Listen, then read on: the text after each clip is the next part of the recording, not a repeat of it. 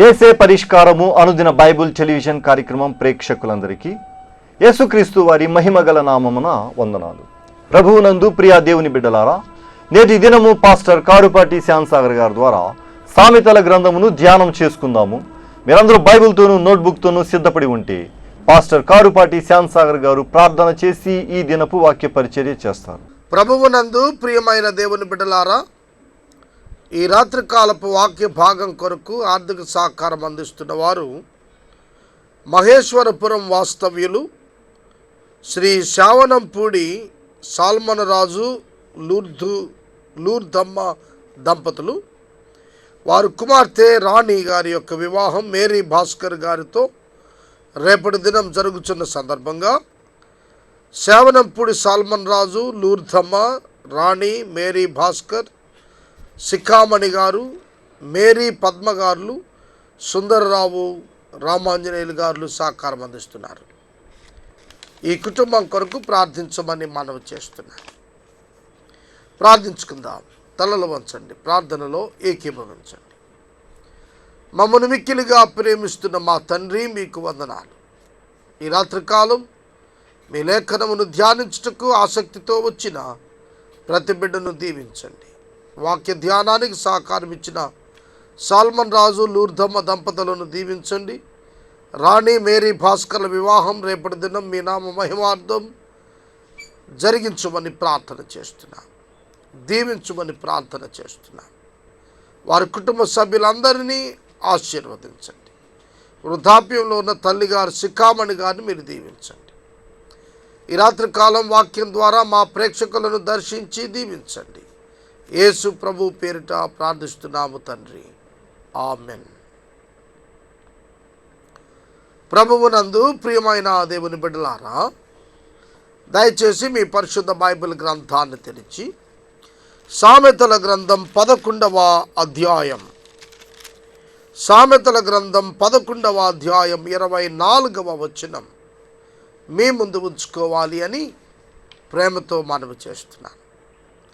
11వ అధ్యాయంలో ఈ దినపు వర్తమానం 3వ వర్తమానం. సామెతల గ్రంథం ఇంకా ఒక 3 రోజుల్లో 4 రోజుల్లో ఒక నెల దినములు పూర్తి చేసుకుంటోంది ప్రసారాలు ప్రారంభమై. కనుక ఇంకా 31 అధ్యాయాలు కలిగిన ఈ యొక్క సామెతల గ్రంథం పూర్తి చేయటానికి ఇంకొక మాసం ఖచ్చితంగా పైనే పడుతుంది. కావున ఆర్థిక సహకారులు ముందుకు రావాలని మనవి చేస్తున్నాను.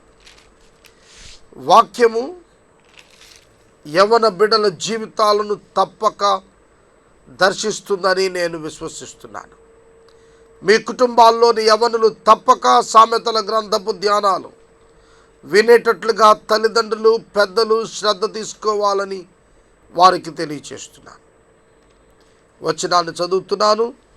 24వ వచనం, సామెతల గ్రంథం 11వ అధ్యాయం. వెదజల్లి అభివృద్ధి పొందిన వారు కలరు, వెదజల్లి అభివృద్ధి పొందిన వారు కలరు, తగిన దానికన్నా తక్కువ ఇచ్చి లేమికి వచ్చువారు కలరు. వెదజల్లి అభివృద్ధి పొందువారు కలరు, తగిన దానికన్నా తక్కువ ఇచ్చి లేమికి వచ్చువారు కలరు. ఈ మాట కొంత వింతగా ఉంది. లోకములో ఉన్న తలంపులకు ఈ పదం భిన్నంగా ఉంది. ఎప్పుడైనా డబ్బు వెదజల్లితే విస్తరిస్తుందా? చాలామంది డబ్బున్నప్పుడు బాగా వెదజల్లి పాడు చేసేసుకున్నారు అనే పదం మనం వింటుంటాం. కానీ వాక్యం ఏం చెప్తుంది? వెదజల్లి అభివృద్ధి చెందిన వారున్నారు అంటోంది. ఈ లోకంలో చాలా జాగ్రత్తగా డబ్బు కాపాడుకొని, తగ్గించి కాపాడుకొని, వీలైనంత తక్కువ ఖర్చు పెట్టి పైకొచ్చాం అని చెప్పేవారున్నారు. కానీ తగిన దానికన్నా తక్కువ ఇచ్చి లేమికి వచ్చేసిన వారున్నారు అన్నాడు. ఏమిటి ఇక్కడ ఇలా మాట్లాడుతున్నాడు? లోకానికి భిన్నంగా ఉందేమిటి ఇక్కడ బోధ? బైబిల్ బోధ లోక సంబంధమైంది కాదు. బైబిల్ దేవుని యొక్క వాక్కు. దేవుని యొక్క వాక్కు లోకానికి సంబంధించింది కాదు. లోకము ఆయన వాక్కుకు భిన్నంగా ఆలోచిస్తుంది. దేవుని వాక్యం సత్యం, దేవుని వాక్యం అద్భుతం. వెదజల్లి అభివృద్ధి చెందిన వారు కలరు. ప్రియమైన దేవుని బిడ్డలారా, దేవుని యొక్క పని నిమిత్తం, దేవుని యొక్క చిత్తము నిమిత్తం ఎవరైతే ఖర్చు పెడుతున్నారో, ఎవరైతే సమృద్ధిగా వెచ్చిస్తున్నారో వారు మరింత సమృద్ధిని పొందుకుంటారు. బైబిల్ ప్రిన్సిపల్ ఏమిటంటే ఇచ్చుట ద్వారా పోగొట్టుకునుట కాదు, ఇచ్చుట ద్వారా పొందుకొనుట. ఇచ్చుట ద్వారా పొందుకొనుట బైబిల్ సిద్ధాంతం. ఇది లోకపు సిద్ధాంతం ఇచ్చుట ద్వారా పోగొట్టుకొనుట, కానీ బైబిల్లో ఇచ్చుట ద్వారా పొందుకొనుట. ఎంత అద్భుతమైనది బైబిల్! ఎంత అద్భుతముగా ఉంది బైబిల్ సత్యం! ఇది వాస్తవం. దేవుడు ఇచ్చిన వారిని మరింత వెనుకకు ఆశీర్వదించి ఇచ్చి దీవిస్తాడు. భూమిని చూడండి, భూమికి ఒక విత్తనం ఇవ్వండి, అది తిరిగి ఒక వృక్షాన్ని ఇస్తుంది. అనేక ఫలములను ఇచ్చు వృక్షాన్ని ఇస్తుంది. మనం చీకి పారవేసినటువంటి టెంక మనం వ్యర్థమైన దానిగా ఎంచి త్రోసివేసే విత్తనం ఉంది చూశారు. మానవులంగా పనికిరాదని తోసేసిన అది పనికి వచ్చి అద్భుతమైన ఫలితాన్ని ఇస్తుంది. అట్లాగే దేవుని వాక్యం కూడా చెప్తోంది ఏమిటంటే, ఇవ్వండి మీకు ఇవ్వబడుతుంది. ఇది నా పర్సనల్ ప్రాక్టీస్లో గత 10-15 సంవత్సరాల్లో ఎక్కువ అభ్యాసం చేసుకుంటూ వచ్చాను. ఎందుకంటే వ్యక్తిగత స్వీయ అనుభవంలో నేను అనుభవించినవి ఎన్నో సాక్ష్యాలు ఉన్నాయి. చాలా తక్కువ డబ్బు ఉండి చేతిలో దానిని దేవుని యొక్క సేవార్థం ఉంచుకోకుండా మన యొద్ద ఇచ్చేస్తే దాని మీద దేవుడు వెనుకకు తిరిగి ఇచ్చిన ఆశీర్వాదకరమైన సమృద్ధి ఆశ్చర్యాన్ని ఇచ్చింది. ప్రియమైన దేవుని బిడ్డలారా, నన్ను ఘనపరచు వారిని నేను ఘనపరుస్తాను అన్నాడు ప్రభు.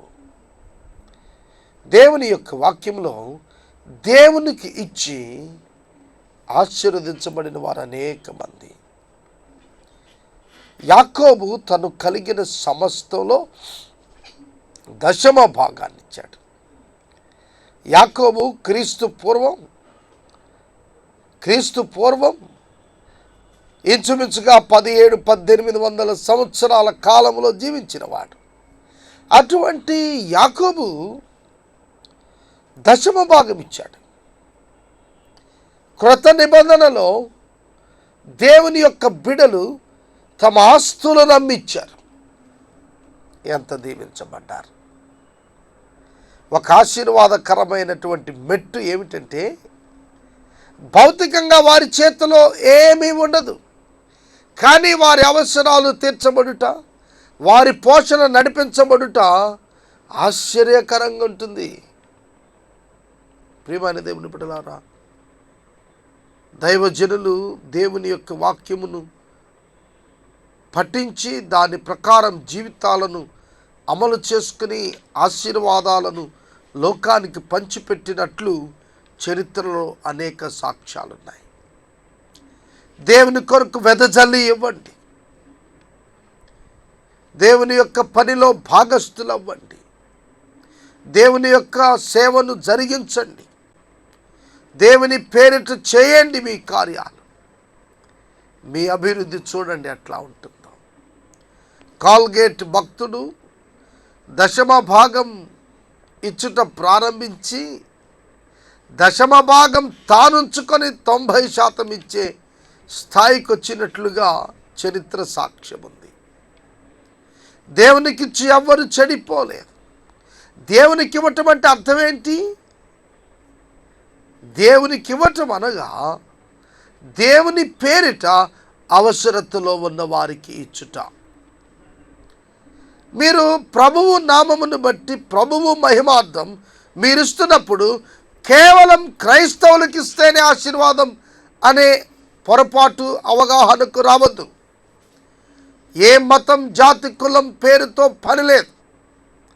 ప్రభువు నిన్ను ప్రేరేపించిన కొలది, ప్రభువు నిన్ను ప్రేమించి ఇచ్చిన కొలది నీవు ప్రభువు యొక్క మనసుతో ప్రజలను ప్రేమించి ఇవ్వగలిగితే నీవు దీవించబడతావు. ప్రభువు నీకెట్లా ఇచ్చాడు? నీవు మరలా వెనకకు ఏమైనా ఇస్తావో అని ఆశించి ఇచ్చాడా? లేదే. కనుక నీవు ఇచ్చినప్పుడు ఆశించక ఇవ్వు. ఆశించక, తిరిగి వస్తుందని ఆశించక, ఫలం వస్తుందని ఆశించక ఇవ్వు. ఫలితాన్ని అత్యధికంగా అనుభవిస్తావు. సోదరుడు, సోదరి, ఒక దినాన విజయవాడ ప్రాంతంలో ఒక సభలో వాక్యం చెప్తున్నాను. నా వాక్యంకు ముందుగా కొద్దిమంది పెద్దలు మాట్లాడినారు.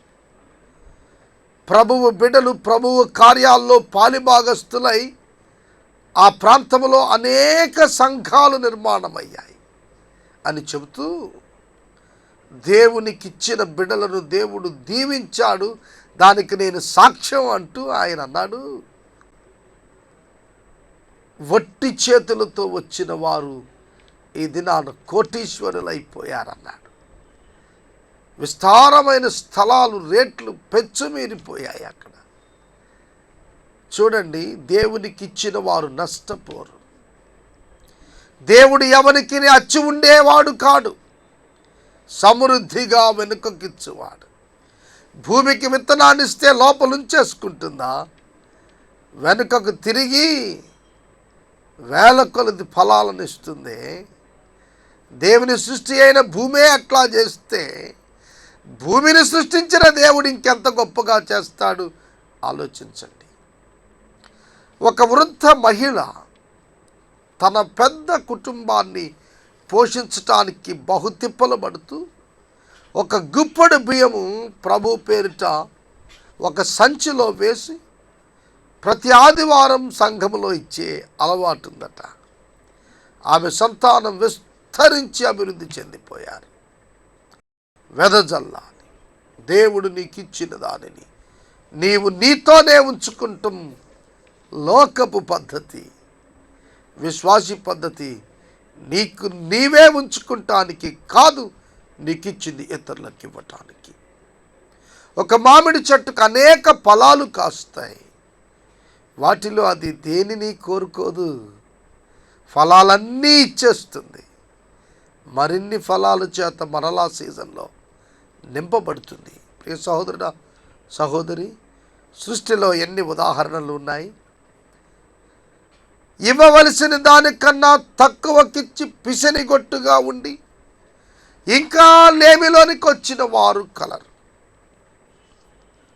ప్రియమైన దేవుని బిడ్డలారు, ఇక్కడ ఏమీ లేదండి. ధనాన్ని ప్రేమించు మనస్సు, ప్రభువును ప్రేమించి ధనాన్ని ఇవ్వగలిగిన మనస్సు, ఈ రెండు మనసులే ఎక్స్పోజ్ చేయబడ్డాయి ఈ అంశంలో. ఇవ్వవలసిన దానికన్నా తక్కువిచ్చి, కూలి బిగబట్టి, రేట్లు బిగబట్టి, ఇవ్వవలసిన వాటిని బిగబట్టిన వారు లేమికి వచ్చిన వారు కూడా ఉన్నారు. దీనికి నీ చరిత్రే ఆధారం. ఎంతోమంది ఇట్లా నష్టపోయిన వారు ఉన్నారు.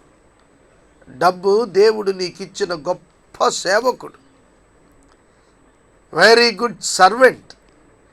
Use that money properly. ఆ సేవకుని బాగా ఉపయోగించుకో, బాగా వాడుకో. అనేకులకు ప్రయోజనకరంగా ఆ సేవకుని వాడు.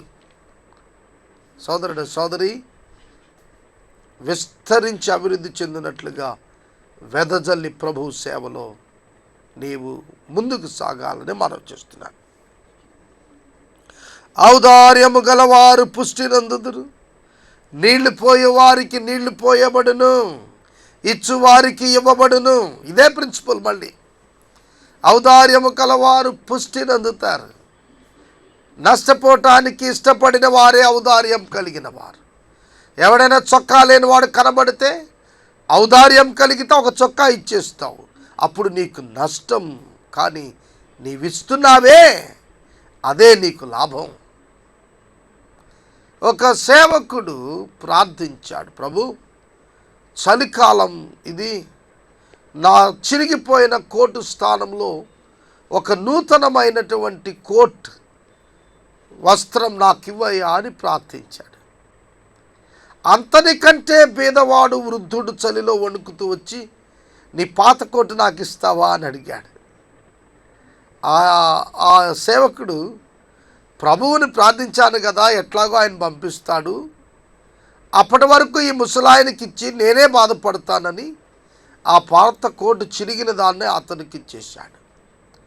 చలి ఎక్కువైపోయింది. 2 దినాలు 3 దినాలు గడిచాయి.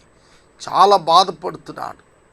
ఒక దినాన పోస్టల్ డిపార్ట్మెంట్ నుంచి ఒక పార్సెల్ వచ్చింది. అందులో 2 క్రొత్త కోట్స్ ఉన్నాయి. సంబరపడిపోయాడు. ప్రభువా, నేను పాత కోట్ ఇస్తే మీరు 2 క్రొత్త నూతన కోట్స్ ఇచ్చారు నేను వేసుకోవటానికి. సంతోషపడ్డాడు, స్తుతించాడు. మరొక 2 దినాలు అయిన తర్వాత ఇంకొంచెం పెద్ద పార్సెల్ వచ్చింది. దానిని చెప్పి చూస్తే ఈసారి 4 కోట్లు ఉన్నాయి. అందులో 4 costly and new, brand new. చాలా సంతోషపడ్డాడు. ప్రభువా, నేను ఒక్క పాత కోట్ ఇచ్చాను, మీరు 6 నూతనమైన కోట్లు ఇచ్చారు నాకు. ఇంకా 4 రోజులు అయిన తర్వాత ఇంకా పెద్ద పార్సెల్ వచ్చింది. దానిలో 8 కోట్లు, మనీ కాదు వస్త్రాలు, చలి కప్పుకునే కోటు ఉంది. బిగ్గరగా ఏడ్చాడు. ప్రభువా, ఇక నువ్వు పంపించద్దు. నేను ఇప్పుడు నీకు ప్రార్థించి వద్దని చెప్పకపోతే నువ్వు పంపటం మానవు స్వామి. నువ్వు పంపిస్తే ఈసారి 16 కోట్లు వస్తాయి. నాకొద్దు, నాకు చాలు, నాకు ఎక్కువైపోయింది. చూడండి, ఇచ్చింది తక్కువ, పొందింది ఎక్కువ. ఇది క్రైస్తవ అనుభవంలో సాధ్యం, ఇక దేనిలోనూ సాధ్యం కాదు. ఇది క్రైస్తవ అనుభవంలోనే సాధ్యం. క్రీస్తు నందే ఇది సాధ్యం. కావున ఔదార్యం కలిగి ఉండండి. ఔదార్యం గొప్ప లక్షణం. వెంటనే నీ మనసు వద్దంటుందా? ఎవరైనా అమ్మా అన్నం పెట్టు అంటే వెంటనే లేదు లేదు లేదు అనేస్తున్నావా? అనుకు, పెట్టు. నీకు తగ్గిపోతుంది అనుకుంటున్నావా? నువ్వు అన్నం పెట్టు, చూడు ఎట్లా అభివృద్ధి చెందుతావో. నా వ్యక్తిగత అనుభవంలో నేను చెప్తున్నానండి. దేవుడు గొప్ప సమృద్ధినిస్తాడు. దేవుడు గొప్ప సమృద్ధినిస్తాడు. ఎందుకు ఇస్తాడు తెలుసా? నీవు ఇతరులకు ఇచ్చే మనసున్నావు గనుక ఇస్తాడు. నీవు దాచుకొని గోడౌన్లో పెట్టుకొని మూటలు కట్టి మంచం కింద పెట్టుకుంటావని కాదు. నీలో ఇచ్చే గుణం ఉంది కనుక దేవుడు నీకు ఇస్తాడు.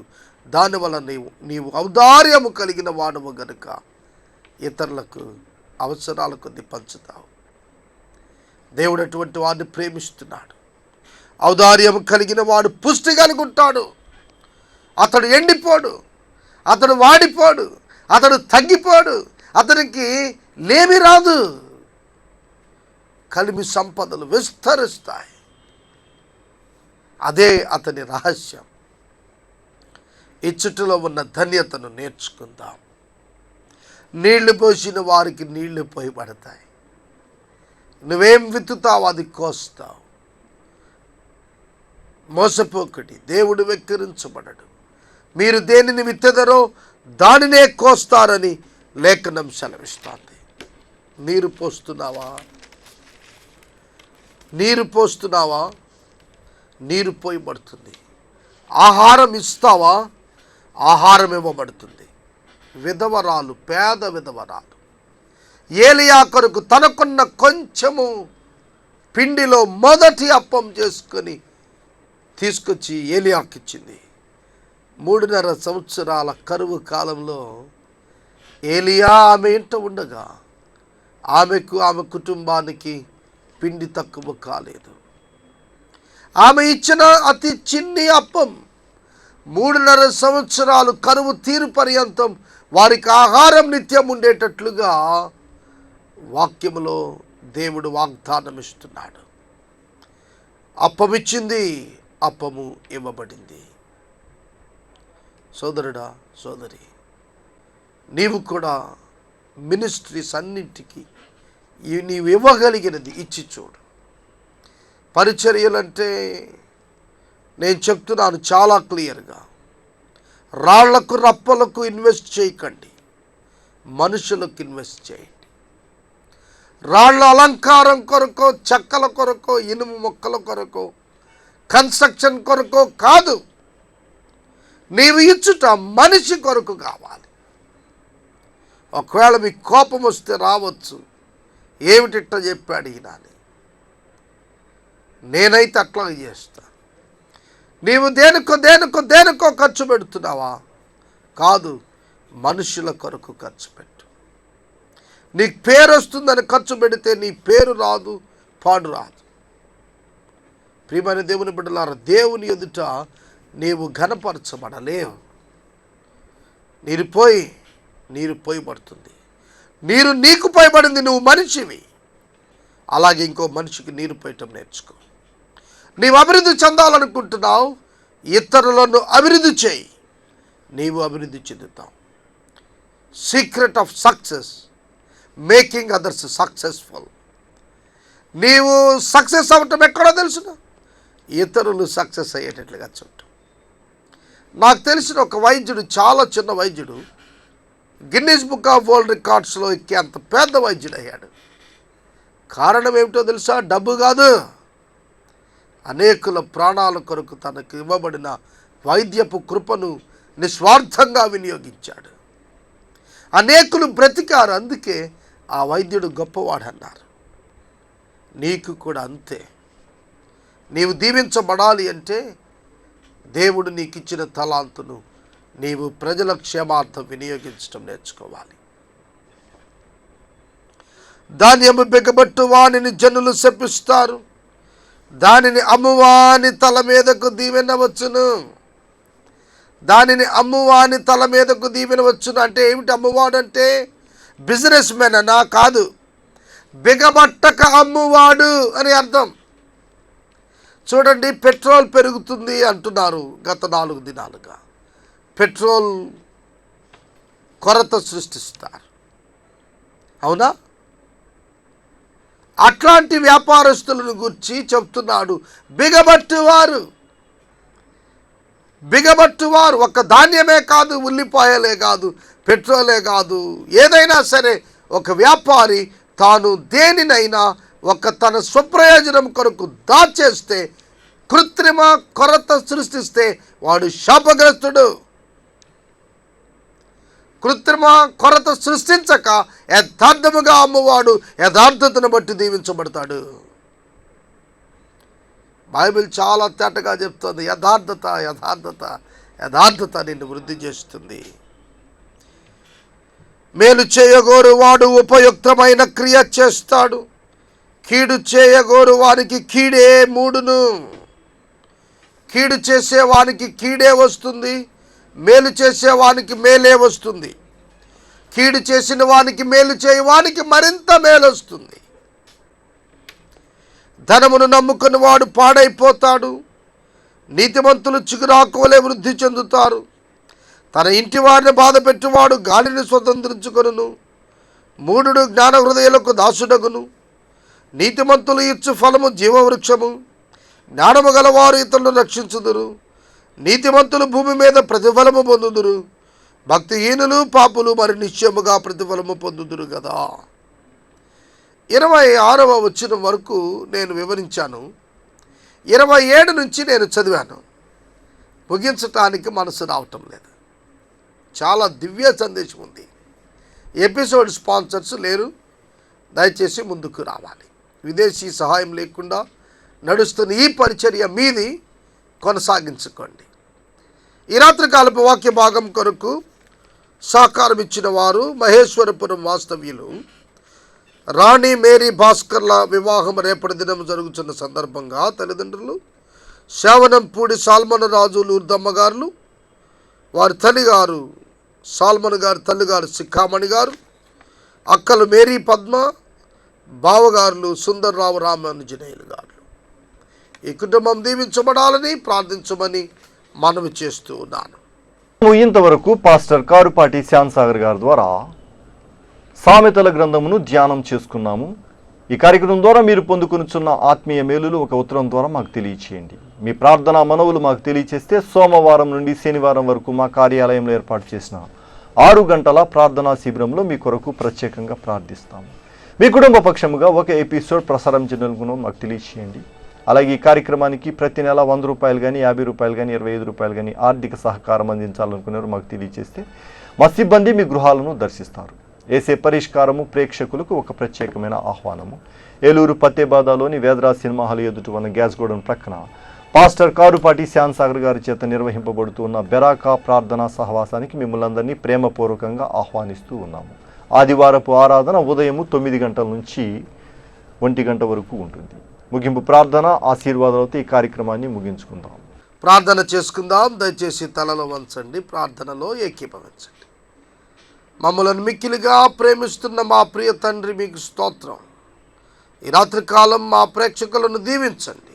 అనారోగ్యంతో ఉన్న బిడ్డలకు ఆరోగ్యం దయచేయండి. ఆర్థిక ఇబ్బందులు పడుతున్న వారికి ఆర్థిక కృపనిచ్చి కాపాడి ఆదుకొనండి. అటువలనే ఏసే పరిష్కారంకు కూడా ఉన్న ఆర్థిక అవసరతలు మీరు ఎరుగుదురు. మీరు వాటిని తప్పక నమ్మకముగా తీరుస్తారని మీకు వందనాలు చెల్లిస్తున్నాను. ప్రభు, రేపటి దిన వివాహంలో జతపరచబడుతున్న రాణి మేరీ భాస్కర్లను మీరు దీవించండి. శావనపూడి సాల్మన్ గారిని, లూర్దు గారిని మీరు ఆశీర్వదించండి. సిక్కామణి గారిని మీరు దీవించండి. వారి కుటుంబ సభ్యులను ఆశీర్వదించండి. ఎపిసోడ్ స్పాన్సర్స్ని ఇవ్వండి. సామెతల గ్రంథం యవ్వనుల జీవితాలకు మంచి బాటలు వేయుటకు కృప చూపించండి. యేసుక్రీస్తు ప్రభు పేరిట ప్రార్థిస్తున్నాము తండ్రి, ఆమెన్. మన తండ్రి అయిన దేవుని ప్రేమ, కుమారుడైన యేసుక్రీస్తు వారి యొక్క కృప, పరిశుద్ధాత్మ దేవుని యొక్క అన్యోన్య సహవాసము సదాకాలము మనకందరికీ తోడై ఉండునుగాక. ఆమెన్.